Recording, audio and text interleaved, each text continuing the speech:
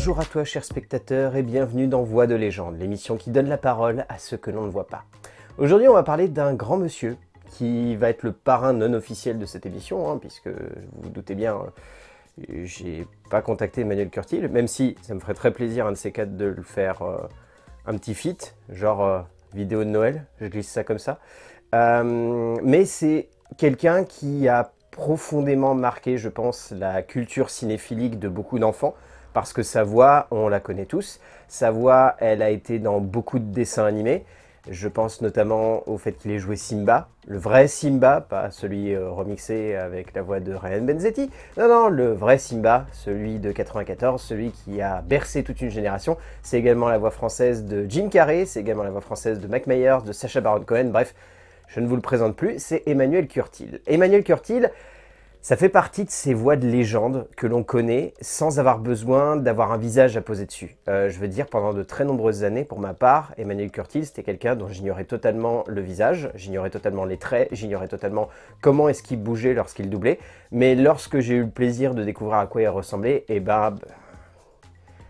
j'adore ce mec. Je trouve qu'il a une personnalité qui a l'air d'être profondément sympathique et profondément gentille. Je pense que c'est quelqu'un qui doit être vraiment attaché à l'idée de donner de la personnalité en fait aux différentes voix qu'il interprète. C'est impressionnant parce que, mine de rien, quand on regarde sa biographie, c'est quelqu'un qui a plongé très très jeune dans le monde du théâtre et dans le monde de la voix off, parce qu'il a fait du théâtre à partir de 8 ans, il a fait les cours Simon, si je ne dis pas de bêtises, et en fait c'est dès l'âge de 10 ans qu'il s'est retrouvé à faire un petit peu de doublage, et ensuite il a un petit peu joué en tant qu'acteur de second rôle, il a fait quelques films dans la fin des années 80, début 90, et ensuite rapidement la voix off s'est imposée à lui comme une évidence, et il a commencé à faire un petit peu tout et n'importe quoi.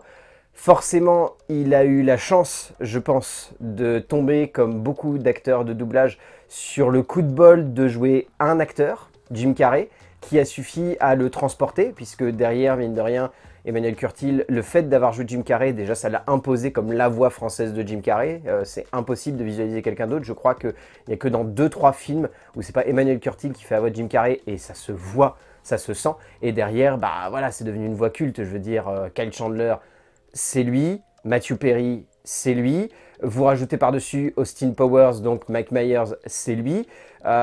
Le mec, il a fait des voix de légende dans les années 90, il a même fait Rob Lowe. Rob Lowe qui, mine de rien, aujourd'hui a quasiment plus de carrière en France, donc plus l'occasion de le doubler, mais il a fait Rob Lowe. Et encore aujourd'hui, Emmanuel Curtil, dans la tête de beaucoup de gens, ça reste et ça restera toujours Jim Carrey, parce qu'il a su imprimer quelque chose de fou à la voix d'un acteur qui déjà était de fou, de base complètement fou.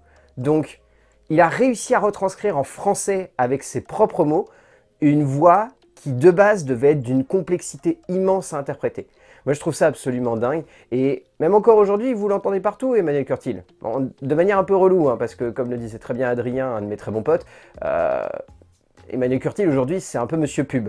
C'est-à-dire que littéralement vous allumez la télé, vous allez forcément entendre la voix d'Emmanuel Curtil au moins une fois pendant une page de pub. Ce qui est un peu insupportable par moment. Mais en même temps, moi j'ai le côté un peu savoureux de me dire « Oh tiens, je retrouve Emmanuel Curtil, c'est mon petit plaisir de la journée. » Mais c'est vrai que vraiment, essayez un jour d'allumer la télé. C'est un peu catastrophique à quel point il est dans toutes les pages de pub. Je crois qu'il a tout fait. Il a fait de la lessive, il a fait des capsules pour le lave-vaisselle. S'il n'a pas fait du parfum, ça sera à quelqu'un d'autre qu'on aura l'occasion d'évoquer dans cette chaîne. Il a fait un petit peu tout. Mais heureusement, de temps en temps, il peut encore retourner au cinéma, puisque, mine de rien, c'est bon de le rappeler, mais dernièrement, il a encore joué Jim Carrey dans le Sonic 3, et ça fait un plaisir fou à chaque fois de le retrouver. Emmanuel Curtil, c'est une des grandes voix du cinéma français qui arrive à porter des personnages, et qui arrive surtout à créer des protagonistes forts. Je veux dire, hier, j'avais ma compagne qui était encore en train de jouer à Medieval, et je me suis surpris à entendre la voix d'Emmanuel Curtil quelque part dans le doublage. Et encore une fois, ça m'a fait plaisir. C'est ça Emmanuel Curtil pour moi. C'est une voix qui me fait plaisir à entendre et que j'ai envie de continuer à entendre. Et c'est pour ça que, ouais, essayez de regarder un petit peu son travail. Bon, vous avez quelques vidéos sur Allociné qui traînent où vous le voyez en train de doubler. Mais sinon, regardez des séances de doublage avec lui. C'est juste fou et on sent que le gars, il est passionné par les protagonistes qu'il interprète. C'était tout pour Emmanuel Curtil, une de ces voix de légende que l'on retiendra dans notre 7e art français. Et je vous invite à me retrouver la semaine prochaine pour découvrir une nouvelle voix de légende et l'impact qu'elle a laissé sur la culture populaire.